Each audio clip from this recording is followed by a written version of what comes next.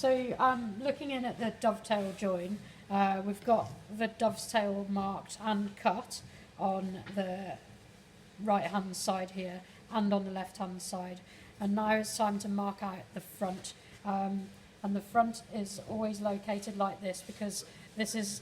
the area and this angle is the area that's going to lock the join together.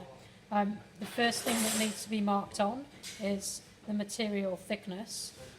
and that's going to come in around this dimension here. So I'm going to measure, in this case, 12 millimeters. I'm going to put a small dot at 12 millimeters, and it's important that we send that 12 millimeter line all the way around, because it will come into play in order to get this join square and level, that we need to cut exactly on the 12 millimeters. You can check whether or not you've done good marking if, when you've gone all the way around, all four lines join up on angle. The next thing is slightly harder, and it is appropriate at this point to mark off the work and not from your maths and your dovetail jig. And so to mark off the work, I've got these labelled left hand side, or right hand side and right hand side, and then I'm just going to sit this part onto this part here, but to sit it on there safely and carefully, it's easiest for me to put it in the vise, and then to sit, make sure I've got the bottom two edges here nice and flush, and then slide the join all the way down so that we're sitting flush at the bottom, and I can mark off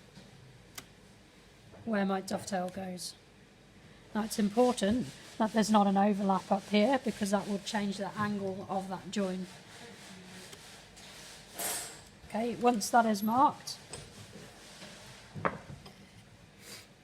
I have that dovetail marked, in this case on the end of the front part, and I can come to the tri-square because we need two straight lines down on the outside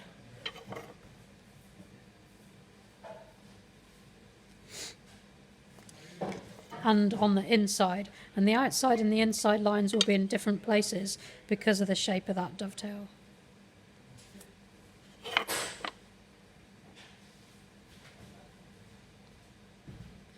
Now the marking out of this join is crucial, and you should have your material thickness here, your fan on the end grain of the wood, and your material thickness here. And the part in this case we're going to remove is the middle, so you can cross that to remind yourself that we're taking away the middle now, not the ends like we were on the other piece.